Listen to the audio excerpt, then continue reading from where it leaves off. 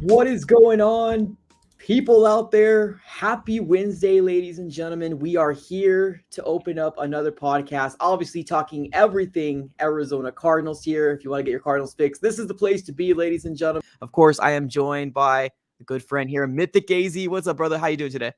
Doing pretty good. Pretty good news today too, man. I'm feeling pretty good, not only in terms of just life itself, but just Arizona Cardinals seem to be trending forward. How are you feeling? Good, good. Hey, you're right. Life in general is going very well. You step outside, it is beautiful weather, right? We got nothing to complain about. We got Halloween coming up. We got the trade deadline coming up. And not only that, ladies and gentlemen, my favorite baseball team, the Arizona Diamondbacks, are now in the World Series. So I'm super excited. Just good things over around here. Just for me in general, my personal life, everything's good. Can't complain. Obviously, we're here to talk about Arizona Cardinals, and something dropped today, Mythic. Something dropped today. And of course, big. right, it's a day that you were probably busy. I was busy and I wasn't able to get to it, but we got to dive into it today. Now, let's go ahead and paint the picture here. I ended up putting a very, very, very late tweet out, about 4 hours late, but it all has to do with Kyler Murray being a full participant in today's practice. Now, this is the latest injury report here for the Arizona Cardinals. As you can tell, the Wednesday column is what we're looking at, and we have Kyler Murray down at the bottom with the full participation. Now, before we get started, Mythic, I want to make sure that we actually dive into the latest report that we ended up getting from Ian Rappaport over the weekend, because we're kind of getting different information. Now, I'm not sitting here and saying the Cardinals are going to play Kyler. I'm not saying that. But I want to make sure that at least it's known that what Ian Rappaport ended up coming out with this most recent report, right? So let's dive into that here real quick. If you don't mind, let me go ahead and just share my screen. All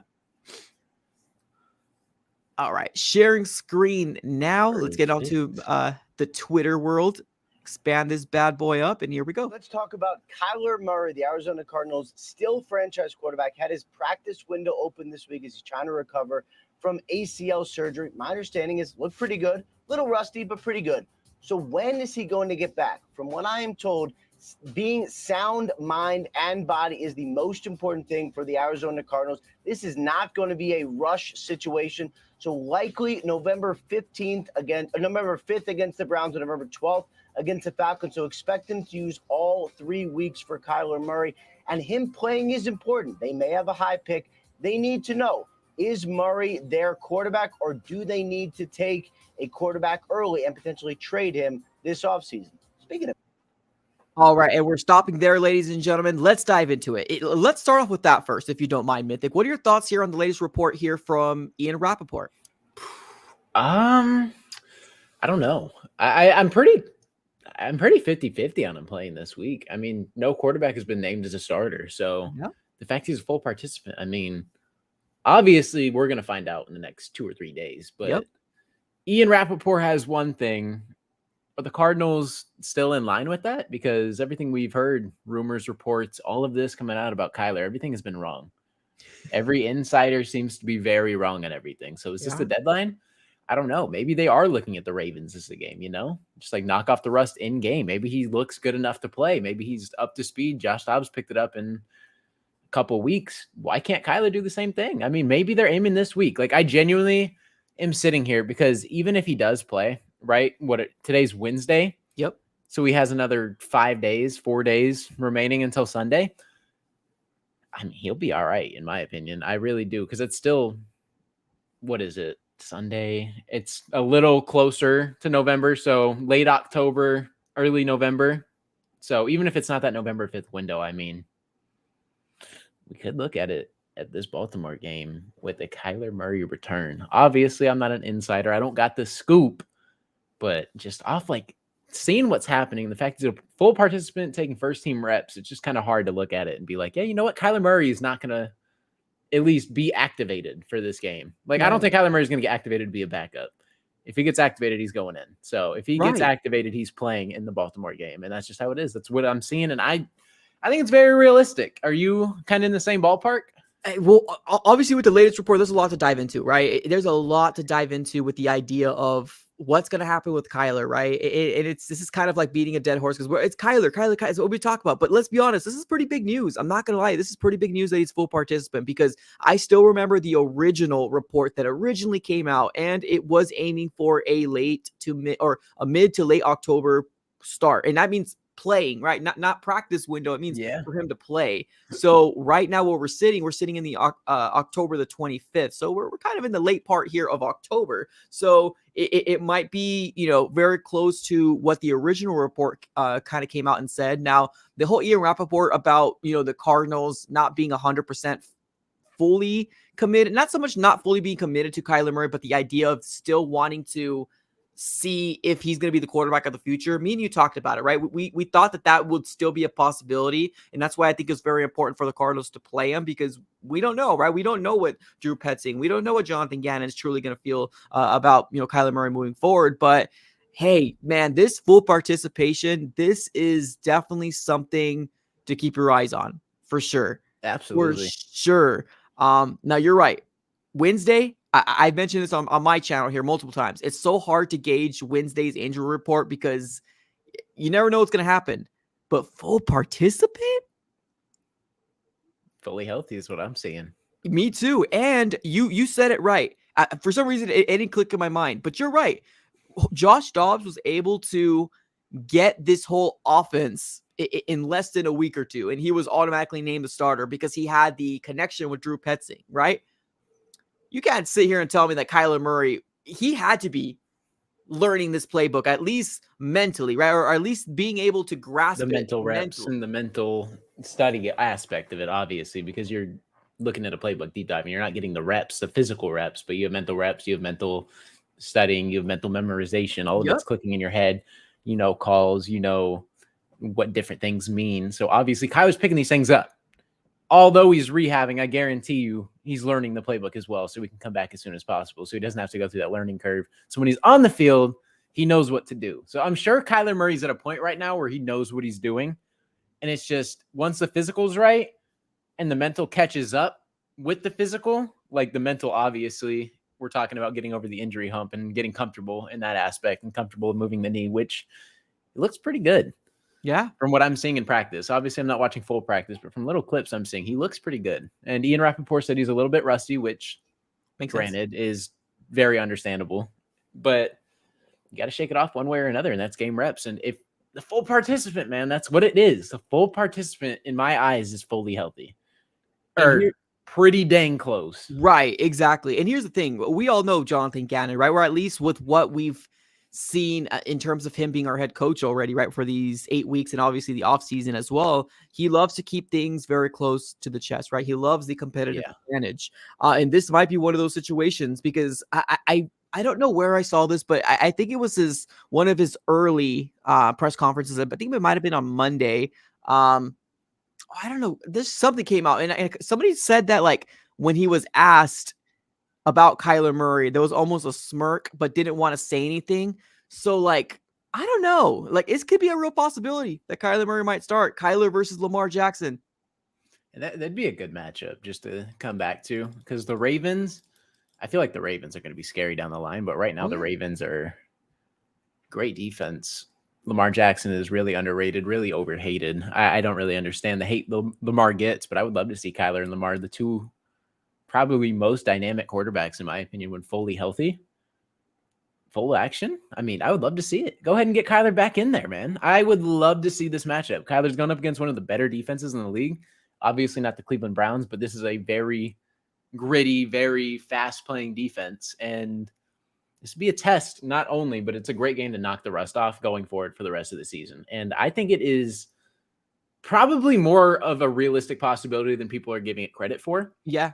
I feel like this is like more than 50-50. It might be 60-40 right now. And maybe they have it solidified in their minds right now. And I don't know the window exactly what they were looking at back then, but full participant, you can't get over that. Like, that's just like, it just sticks in my head. You hear full participant, and they were aiming for a mid to late October. And here we are, late October. And this is like, we're here. You know what I mean? It's either this week or next week, in my opinion. I don't think they're going to wait this 3 weeks anymore after being a full participant. They might do that. Maybe. It just depends where he is. But full participant, I don't know. it's kind of hard for me to sit here and hear that and not just go forward with like, okay, he's playing this week or next week. Right.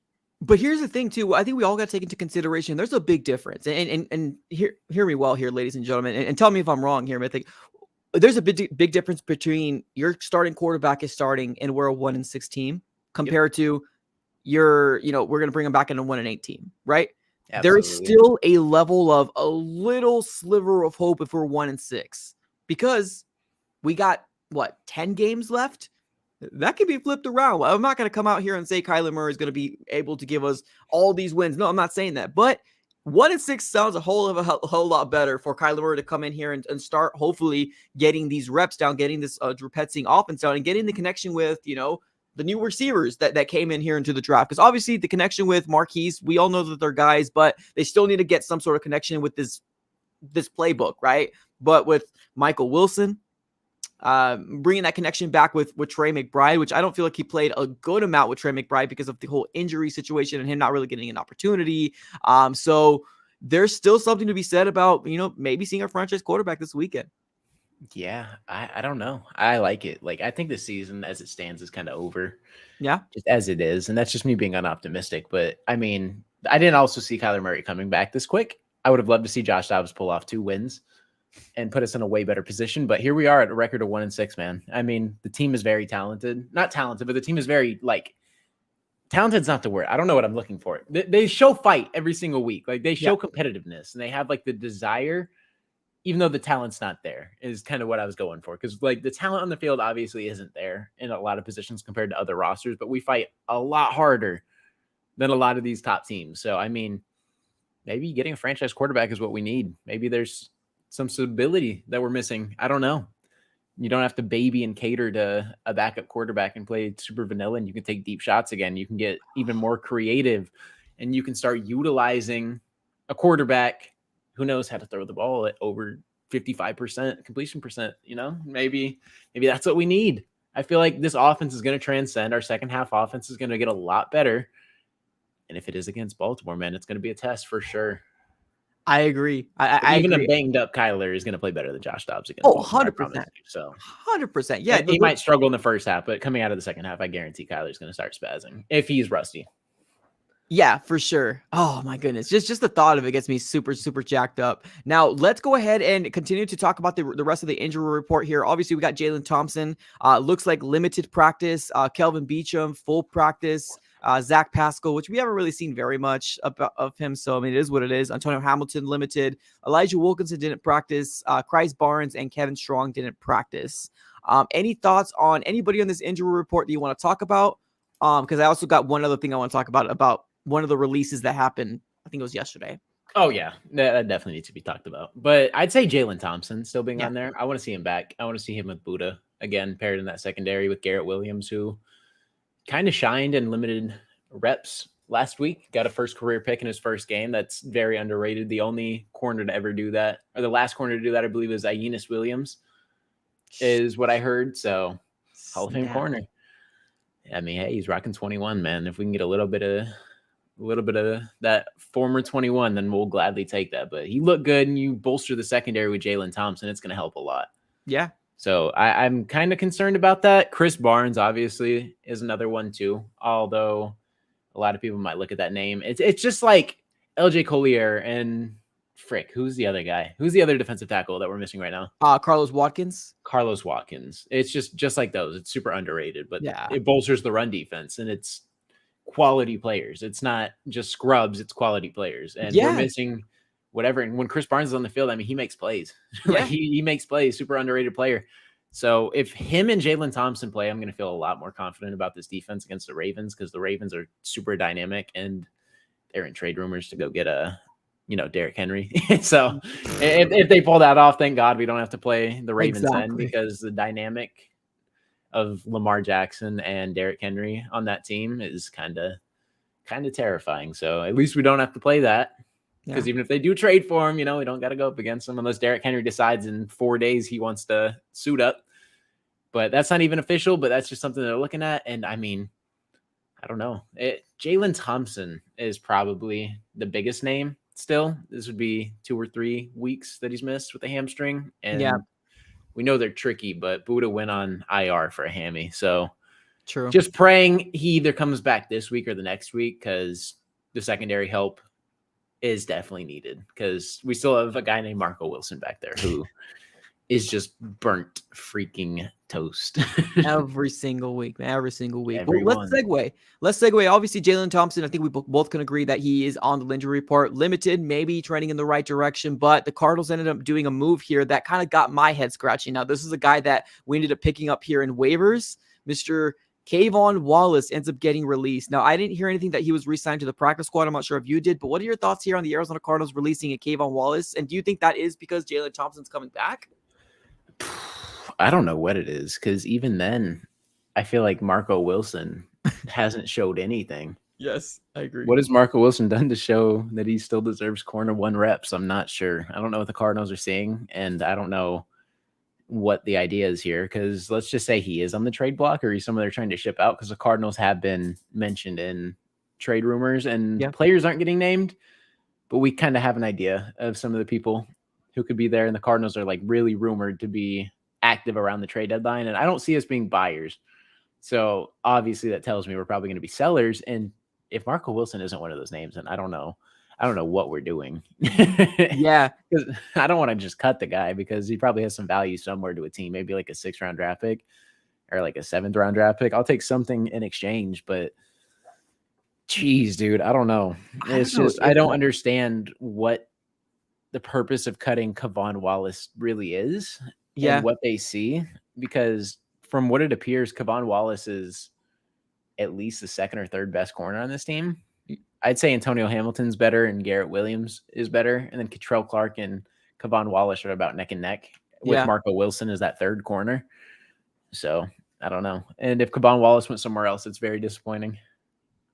Yeah, so we got somebody in the chat here. Let me go ahead and give a real quick shout out here to my guy Diaz here with the contribution, $2. He said, all the Raven fans worry they will lose to us.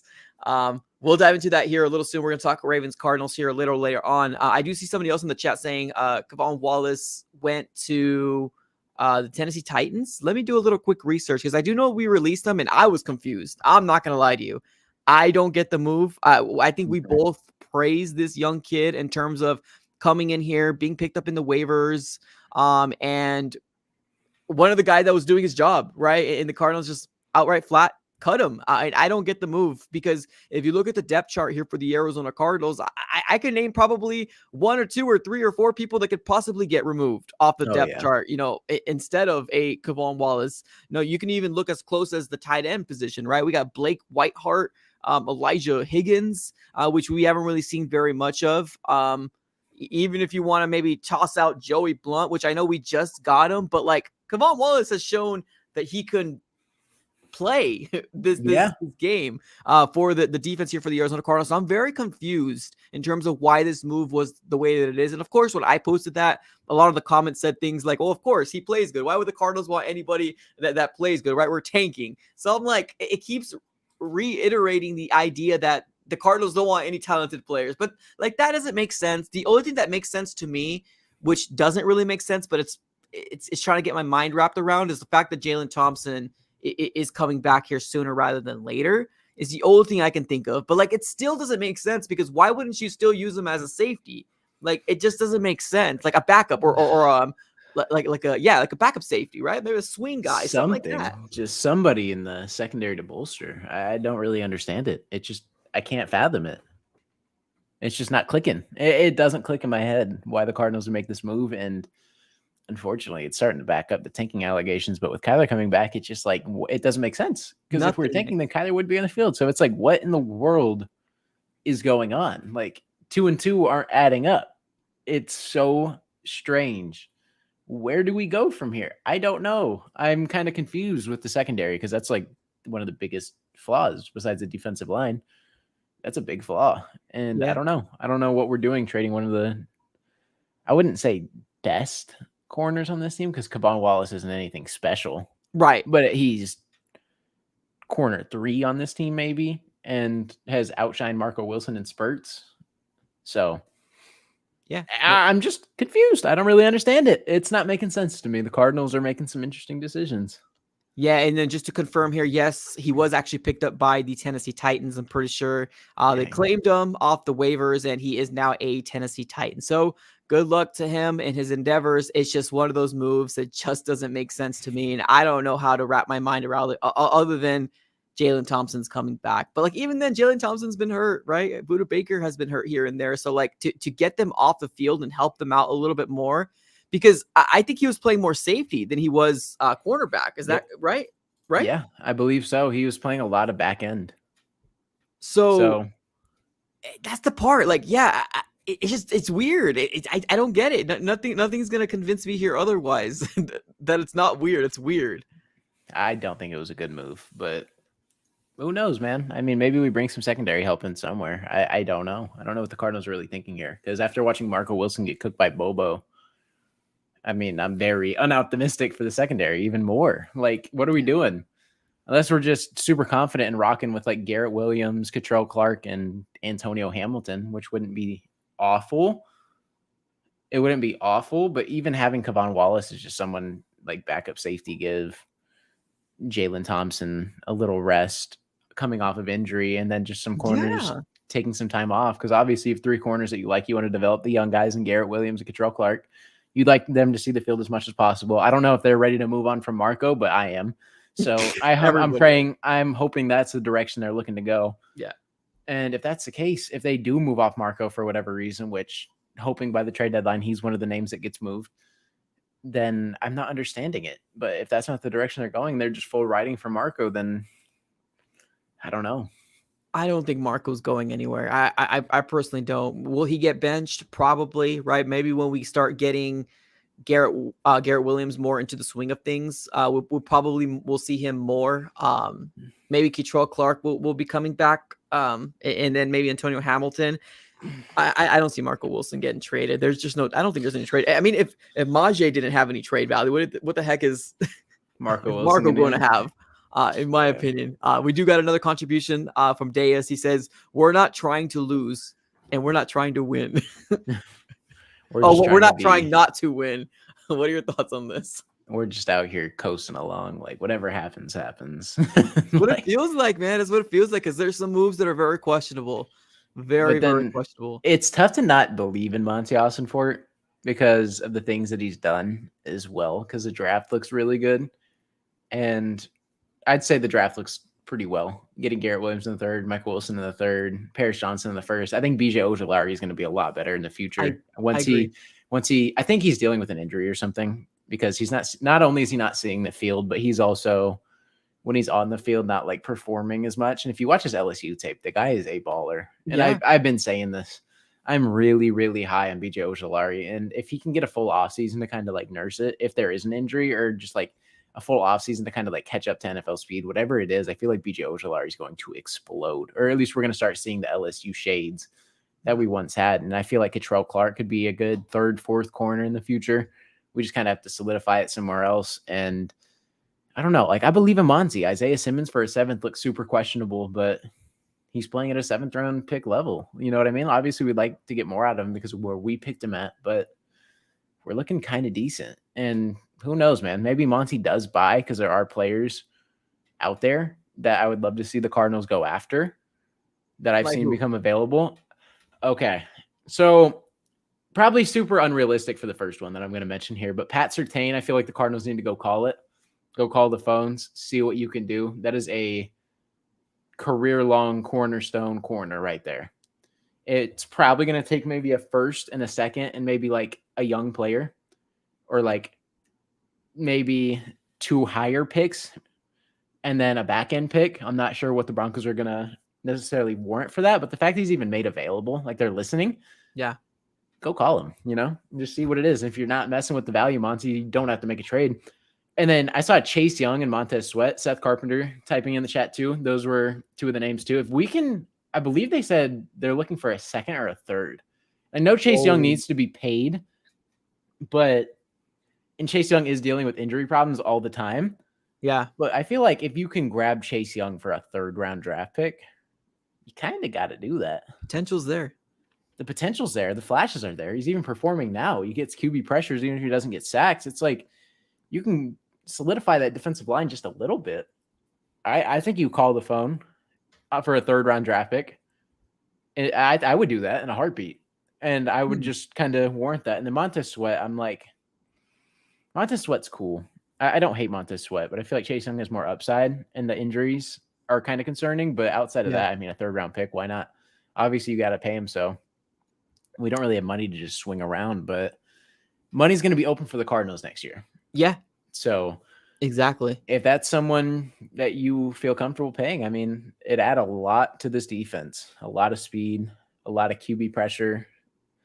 I would call the phones on those 2 players in particular. Is there anybody? Well, I was going to say, what do you think of Jerry Jeudy? He might be going for not as expensive as most people think. These wide receivers aren't going for hot commodities right now, especially because Jerry Jeudy hasn't really accomplished anything. But some can say, hey, it's Russell Wilson. Some can say, hey, it's the Broncos just being they just are bad. Right? Anybody can make an excuse. Jerry Jeudy was a 1st-round pick and seemed to be top level along with CeeDee Lamb. What if you can get him for a 4th, a 5th-round pick? Would you take a flyer? I don't think so. At least where the Cardinals are right now. I'm not super high on Jerry Jeudy. I feel like he's a really above average route runner at times. Or at least in college, he was a great route runner. And in the NFL, he hasn't really panned out. And I'm not a Jerry Jeudy believer. Steve Smith isn't either. And Steve Smith is typically spot on with his evaluations on players. And he's not a believer either. And this is someone who's kind of been thrown around. But I feel like we're at a position right now with the receivers where not only do we have players that we're not involving now, who I'd like to see get more targets like Michael Wilson. Right. I think bringing someone into crowd here who not only isn't performing on the field, but off the field, he has a little bit of antics as well that is turning a lot of people off. True. It's kind of swaying me away from Jerry Jeudy entirely. And I'd rather see Michael Wilson in that spot than Jerry Jeudy. Sure. I feel like Michael Wilson would get kind of demoted in that role. And it's like, okay, well, let's see what Jerry Jeudy has at this point. And I'm like, I'd rather just take the flyer, Michael Wilson, let him develop. And maybe if a team wants to go take a flyer on him, maybe like the Panthers, who can afford to throw like a 6th-round draft pick and just see what he has, because who cares? Let's see if we have anything in Jerry Jeudy. Or like the Chiefs, we're trying to win. Is Jerry Jeudy going to do anything? Who knows? Maybe the Packers, like one of those teams, but I just don't think he fits the Cardinals scheme. And there are receivers that I think the Cardinals could legitimately get, and I'm going to stay on this. And I've been saying it, like Justin Jefferson is a big Kyler Murray guy. I told you, if the Vikings let Kirk Cousins go next offseason, that Kyler and the Cardinals do want to trade him, I said the Vikings are probably a team that are going to be very interested in Kyler. And maybe what if we're looking vice versa? What if we're looking vice versa and Justin Jefferson is angry? We got another Stephon Diggs situation on our hands where a Vikings receiver is disgruntled, wants to trade, and the Cardinals have assets. Yeah. I promise you, if we can get Justin Jefferson, I think the Cardinals will pick up the phone. Same thing with CeeDee Lamb. And CeeDee Lamb, I'm kind of very set on these kind of players. That's fair. That if you can go get them, you go get them. But at this point, you just let Michael Wilson ride out. And I'm being a little delusional, obviously. But I mean, you never know. The NFL is so weird. No, yeah, you're right. The NFL is so right. You're weird. And Justin Jefferson didn't agree to that contract. And I mean, clearly he's not happy. And we heard the report too that if he comes off IR, or if he's on IR, he might not come off if the Vikings are doing bad. Right. I think the Vikings are a way better team than their record shows. I agree with that. And Jordan Addison looks great, right? And it's kind of just like the same situation. Are we repeating a cycle here? I mean, Stephon Diggs got disgruntled. They had Justin Jefferson. It didn't really matter. They just replaced. Do they have another Justin Jefferson and Jordan Addison? I'm not sure. But maybe Justin Jefferson's too disgruntled. They don't pay him what he wants. He seeks to trade. Could the Cardinals be that team? I'm assuming they'll franchise tag him because they don't want Justin Jefferson to go. But could the Cardinals pick up the phone and trade and then extend him? Is that possible? I'm not sure. CeeDee Lamb's disgruntled too, is what I've heard. I mean, he got a crap ton of targets coming out of the next game when he said he's disgruntled, and they kind of got him involved a little bit. But if the Cowboys kind of underperform and Dak Prescott and they fall short again, who knows, man? Maybe CeeDee Lamb's the receiver we go after. I feel like there's better options than a Jerry Jeudy for this team, because we need a wide receiver 1, not a wide receiver 2. That's because I feel like we have Hollywood Brown in that spot, and we'd have to pay him too. Yeah. Yeah. So I think we have better options later down the line, and that we should say picks. But Patrick Surtain, if he's available too, I feel like you got to pick up the phone for him. What chances do you actually think that the Cardinals will be a buyer? Because to me, like I don't think we're going to buy. I think Monty Ossenfort's going to continue to do what he's been doing so far. Obviously, building from the draft is, I think, the key thing to do. But what do you think the chances are that we actually buy somebody? I'd say like 25%. Okay. And if it is somebody, it's not going to be like ultra, like huge, massive. It'll probably be like maybe like a Chase Young. Not like that's what I'm saying. Chase Young would be a cool. It'd be kind of massive, but I don't know. It's tough to see Monty just buying in on somebody else who's injury prone. True. I'm not sure how I like that. It's tough. I like it, obviously, if you can get him for like a 3rd round draft pick and pay him. But I don't know, like a 3rd, 4th for Chase Young, I would do that. But I mean, here's the thing. Obviously, I think most people, if we're going the draft route, Marvin Harrison Jr. would be the key guy, right? But let's be honest. If Kyler Murray is coming back, if not this week, maybe next week or the following week, right? We don't know. But if he starts winning games, we're out of that sweepstakes. Unless somehow the Texans completely just blow it all and they stay at 3 wins for the rest of the season. Hopefully, fingers crossed, that's what's going to happen. But we don't know, right? We don't know what the Texans are going to do. Then we're going to hold hope to hopefully that one's going to be a very high pick for the Cardinals. But if Kyler Murray does come back and he's like, I'm franchise quarterback, don't you start looking at another quarterback in the draft. Don't pull a Josh Rosen on me because I'm here to, play. It's a real possibility that the Arizona Cardinals pick, although right now at number 2, we could find ourselves, outside the top 10 or getting close to the top 10 with what we have. But I mean, Kyler Murray's going to have to do, I don't know, a lot to get that. Yeah. What do you think expectations are, though? Like expectations for Kyler Murray coming back? Because if we have a report coming out here from Ian Rappaport saying the Cardinals might not be fully committed, right?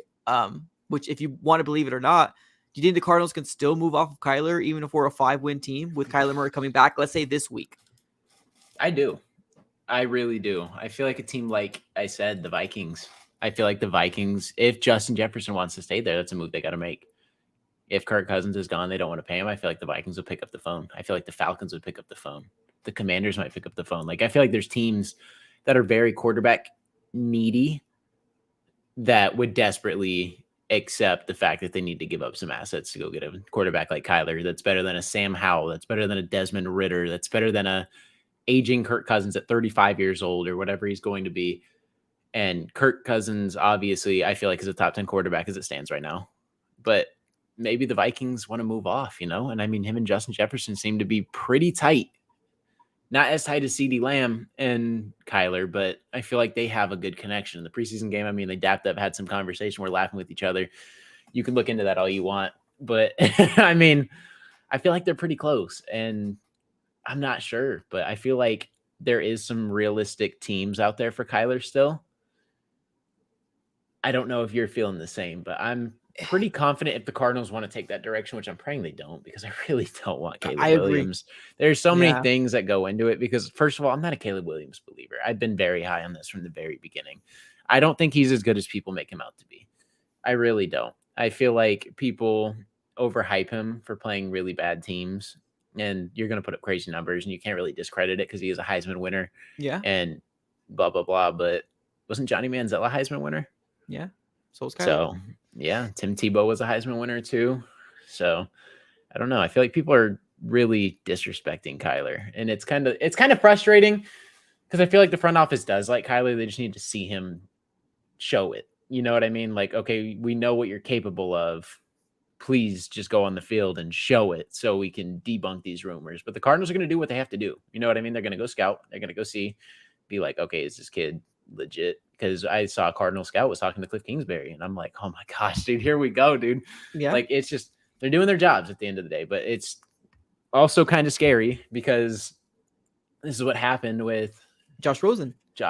They were doing their job with Josh Rosen too, right? And then so many people tell themselves, oh, it's okay. They're just doing their due diligence. Now, granted, completely different regime, but GMs and front office people all have a job to do, right? Yeah. And it's definitely very, very, very different situations, very different quarterbacks we're talking about on different levels. True. Kyler Murray's 2-time Pro Bowler, Rookie of the Year, took this team to the playoffs one time in like a 3 or 10 year. with Cliff Kingsbury as your head coach. So Yeah. obviously we're talking about two different players here than Josh Rosen, who is team hopping left and right and blase. I mean, we've seen Josh Rosen bounce from like 8 different teams, get cut, make the practice squad, get cut. So clearly he's not what the Cardinals thought he was supposed to be. Right. Kyler Murray, on the other hand, has showed glimpses. Although people want to hate on him and whatever, blah, blah, blah, and say Kyler Murray's a diva, he plays Call of Duty, whatever. I'm so sick of hearing that. I'm so sick of it too, but you just got to deal with it. I mean, Kyler Murray plays good, then people will shut up. And I mean, if we're talking about divas, man, Caleb Williams, let's talk about him.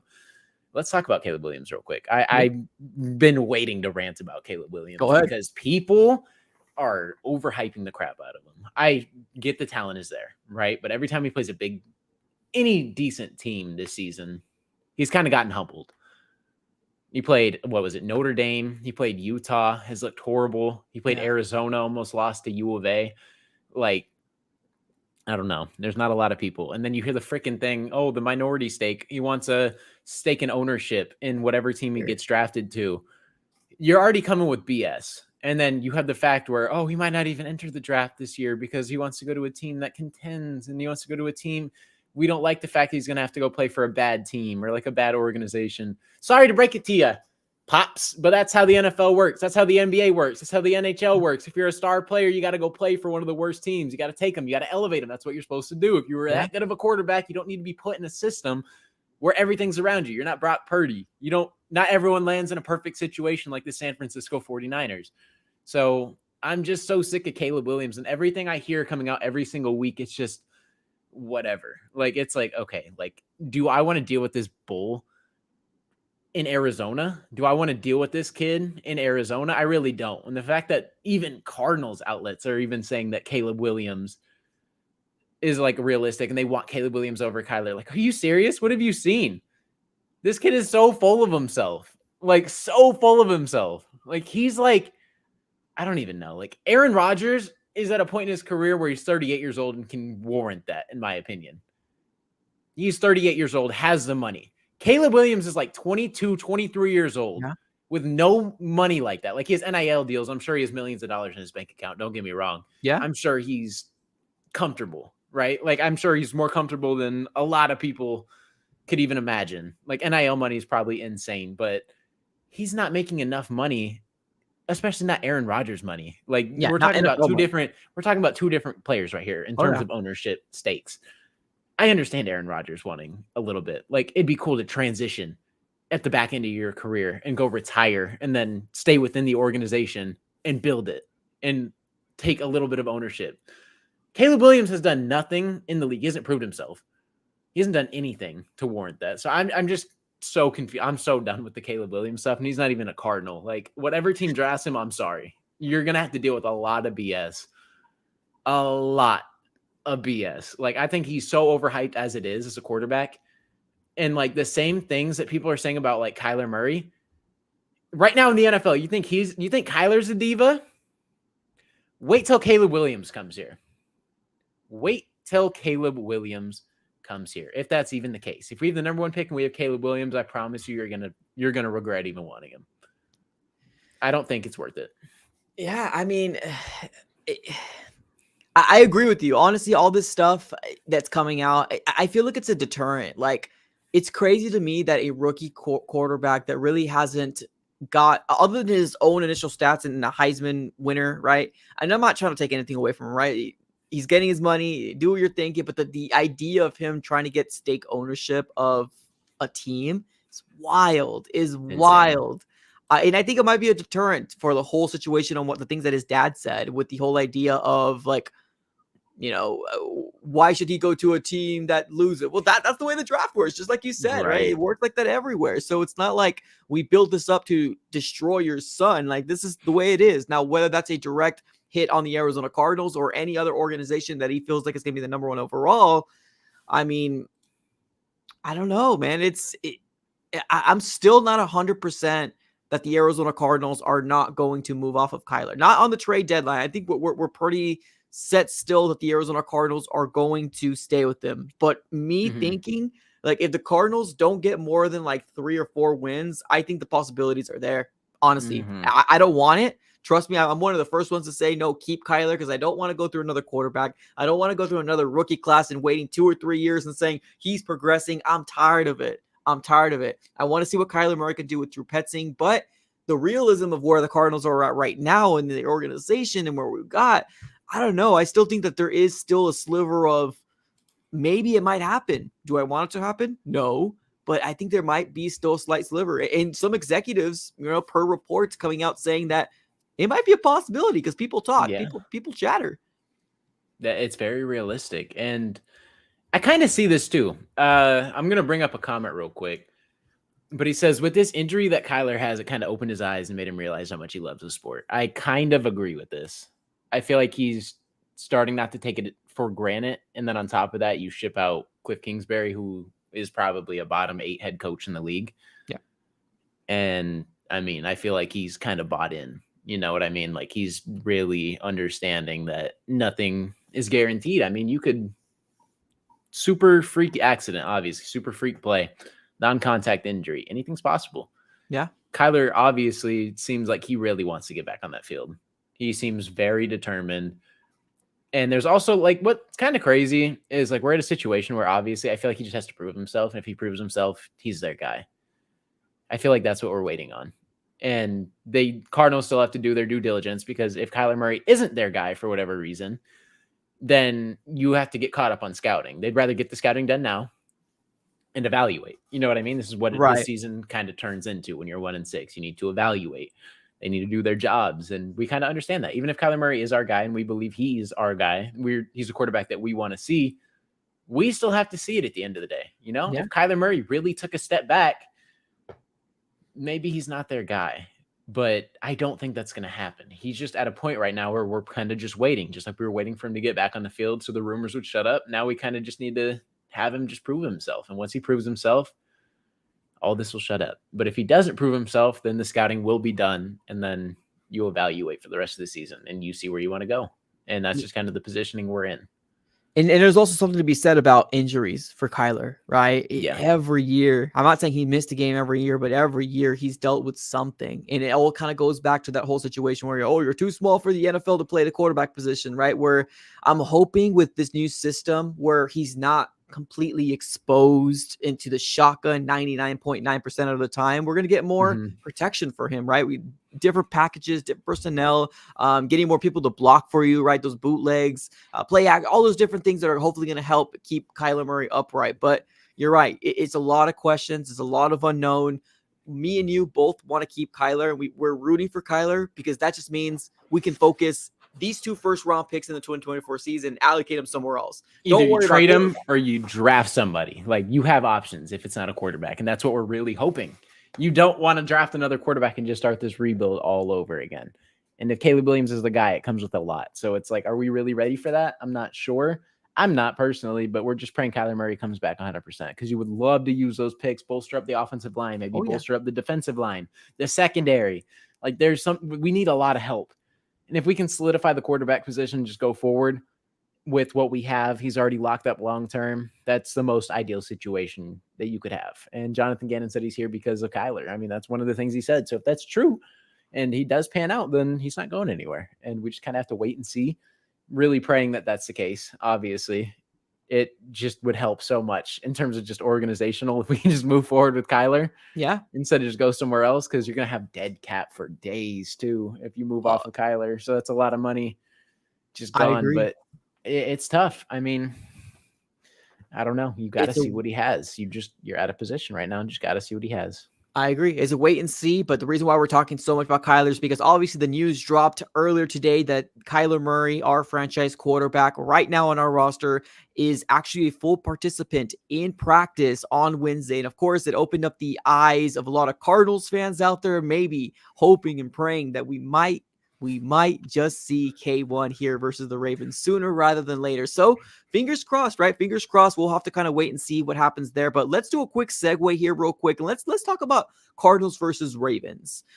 What are your expectations? Now, obviously, there's a big difference in terms of if Kyler plays versus if Dobbs plays. Yes. But what do you expect in this game for the Cardinals? Let's just say I guess you give me your thoughts on this game, whoever plays. Sheesh. Okay, so if Dobbs plays, I feel like Dobbs is going to be a lot more caught up than Kyler is, just in terms of on play. He's more comfortable. And it might take Kyler a quarter or two to kind of just adjust. So I feel like this is a loss either way you chalk it up at the end of the day. But we'd rather see Kyler on that field and let Kyler caught up. And if Kyler's caught up, I feel like the second half unit and the second half offense is going to flourish a lot more than it will with Dobbs. I feel like with Dobbs, we might look at another game under 13 points. So I don't really like the optimism. I really wonder where James Conner is in terms of injury too. I'm like praying he comes back because it's just the offense just looks so bad with what we're at. The run game has been okay with Amari DeMarcado getting 13 carries, averaging 4.5 yards a carry. It was pretty good for the touches he got, but obviously James Conner brings a different dynamic. DJ Humphries getting lost last game was kind of tough. A lot of people aren't really high on him like that, but I don't know. I feel like we're going to look at a game where the Ravens, who just obliterated the Detroit Lions, who were one of the best teams in the league, it just kind of has you thinking, like, where are we going to fall here? And I feel like they're going to be pretty similar scores if either quarterback does play. I feel like with Kyler, it'll be like a 16 to like 28 game. And with Dobbs, it'd be like a 31-34 to like 13. I feel like that's what we'll look at. Like with Kyler, it'll be a little bit better. Mm-hmm. And we'll see like the offensive improvement, especially in the second half. But I feel like he's got to get going. He's got to get the rust off and he's got to play through that. And we're going to see him not play his best football. But at the same time, it beats Josh Dobbs passing for 50% completion percent.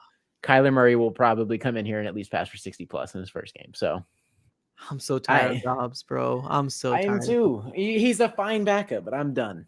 The experiment's over in my eyes. Let's just move forward. Hopefully after this week. Well, what if JG can? What we talked about on the last podcast was where you use two quarterbacks, right? One for the first half and the second half, but Kyler Murray, the second half quarterback, not Clayton Tune. How about that, ladies and gentlemen? Josh Dobbs in the first half, and if you want to give a little bit of reps to Kyler, put him in the second half. Come on, let's do it. Right? I'm at a point too where it's like if Kyler doesn't play, just put Clayton Tune in. If Dobbs struggles. Dude. I thought I was last week thinking that they should just put Dobbs in or take Dobbs out and put Tune in. I was ready for it. Like if he struggles, it was very apparent he was struggling, just take him out. You know, like we're 1-5. We're a desperate football team. We don't have much to play for. Just go see what the other kid has. We know what Dobbs has. We know his ceiling. We know where he caps out. Like, if you know he caps out somewhere and you don't know where another person caps out, why don't you just play the other guy? Because the other guy's a backup. That's his ceiling. He's not going to be a starter. Exactly. Why not just try Clayton Tune? Like, Clayton Tune could be a backup too, or he could be someone who is absolutely awful. This is what I'm talking about too. He could be awful. Yeah. And if he's awful, then you either put him on the practice squad or you cut him and you rock with Dobbs as a backup. That's what I'm saying too. It's an evaluation thing. Like Clayton Tune might suck. And if he does suck, then you might not want him on the roster. Like, okay, I see potential in you. We can develop you. And this is your first year in the NFL. And like Josh Dobbs has been in the NFL a couple seasons and we know his ceiling. We don't know what Clayton Tune could get to. That's the thing. And if he's horrible, then cool. Josh Dobbs, you're right back in the game. Clayton Tune, I've seen enough after one game. Just evaluate the kid. Put him in the NFL. Saying. Like, we don't know what he has. So now you're at a point like, is Josh Dobbs the backup or is it going to be Clayton Tune from here on out? We have no film on Clayton Tune. I don't know what we even have in him. So I don't know where we're at. Like, it's such a weird situation. I would have liked to have evaluated Clayton Tune and see what he had. I would rather be 1-6 with Clayton Tune than Josh Dobbs, truly. Yep. I'm with you. Here's the thing, because you're right? Because here's the question, right? And we're talking backup quarterbacks. That's sad. We're talking about who's our backup quarterback of the future. But here's the problem. You're right. We don't know if Tune can make those explosive plays, right? But here's the situation where Cardinals organization, you can save some money here. Let me give you a tip here, Cardinals organization. Here's an opportunity for you to actually have a backup quarterback in a cheaper deal than actually signing Josh Dobbs when you don't need to. When they're literally, if they're 1A to 1B and they're the same darn player and they cap out the same thing, you can save a whole hell of a lot of money in keeping Clayton Tune as opposed to maybe signing Josh Dobbs for 2 years as your backup quarterback. save the money and see what the kid can do. That It's part. not just, we're not clamoring out here and saying things like, oh, Clayton Tune's going to be the next franchise. No, that's not what we're coming. We're coming from evaluation. And that's what JG's been saying this whole time. We need to evaluate. We need to evaluate. But we're so half ASSE, assing this that, like, I want to be full in. Go in. Full in. Exactly. Don't give me Josh Dobbs and tell me we're trying to evaluate these young players, because you're obviously not. That's what I'm saying. Like, like maybe you're evaluating him in practice, but what have you seen it against first team reps? Like, you've never seen the kid. You've seen him in preseason. He looked pretty bad. Don't get me wrong, but we know what Josh Dobbs has done. I mean, we're at a point right now where he's going to go in and pass for 57% completion percentage, maybe score a touchdown and turn the ball over in the second half and put up nothing. Like, I can tell you how this Ravens game is going to go. Like, that's what I'm saying. I'm at a point right now where I can predict everything, and I predicted everything for the last 3 weeks. Yeah. So it's like, where are you at right now? Like, you're at a point where you know where you're capping out on offense, and the defense has to play damn near elite level football to even keep you in a game. And the defense is probably going to put up similar points if you want to win a game. And if the defense doesn't score for the Cardinals, then we are absolutely screwed. Oh, so, absolutely. I mean, what are you doing? Do we rock with Dobbs for real? Like, is Josh Dobbs, whose only touchdowns typically come on read options and scramble and rollouts and extended plays where he has to use his legs? Like, literally passing, it's just the most atrocious thing I've ever seen. Like, I am so sick of watching 52 or 51%, 57%. Like, I have no faith whatsoever. Like, at this point, I really don't even know. Like, I feel like I'm watching Ryan Lindley behind quarterback, just with the ability to extend plays and use his legs and just a bigger body. You know what I mean? Like, just passing wise, it's just not good. It's not good football. And here's the thing, man. Josh Dobbs gotten 7 weeks, man. 7 weeks. And they still don't know. Clayton Tune's gotten maybe 3/4 of a preseason, a half of another preseason game, and maybe some in the other preseason game. But we're talking about this man playing with 2s and 3s and 4s compared to what roster was put out to play a regular season game. And there's some people out there saying Josh Dobbs is better than Clayton. How do we know?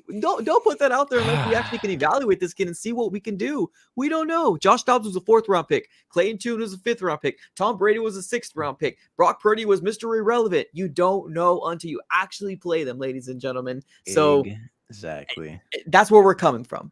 Let's see. You want to know what's crazy? I have people who are still in my comment section telling me that Josh Dobbs is legitimately the answer and that Josh Dobbs just needs talent around him. And if we can surround Josh Dobbs with talent, that this offense will be better. And I'm not even joking when I tell you this. I've had people in my YouTube comments. I've had people DM me. I've had people tell me on TikTok that Josh Dobbs is the answer. And I'm just so confused. Like, he says, I have someone saying, in my opinion, I feel like Josh Dobbs could have something if they only invest into SHIT around him. And yeah. And then I said Zach Ertz is at a point where he's washed. And I'm not wrong. And this guy told me that I'm talking about a 32-year-old out of his prime. So he was basically arguing that Zach Ertz wasn't washed. And he's like, you're talking about a 32-year-old who's out of his prime. Keywords, this is what he used. He said he's out of his prime, who tore his ACL. So I'm like, 32 years old and out of his prime? Sounds like you're saying he's washed too. It sounds like you're agreeing with me without wanting to agree with me. And then he also said that Kyler Murray is just like, he said, and a backup quarterback who's produced more than the starter is another thing he said as well. And I'm like, go figure, you're a Kyler hater. And he's like, no, I don't hate Kyler. Kyler's just washed. I'm like, no way. He said his little fat ASS is sitting on the couch eating Cheetos playing Call of Duty. Sounds like the typical Cardinals Kyler Murray hater to me. Same little BS. Either he's a midget, he plays Call of Duty and whatever. You don't deep dive into the stats or watch film. That's all I'm saying. Like, I get he has a negative record in the league and whatever, but he took over one of the worst teams. I mean, you want to talk about it? Let's go talk about a kid in. That's what I'm talking about. One of the worst organizations in sports history who has never won a Super Bowl in 100+ seasons. Let's get this through people's head.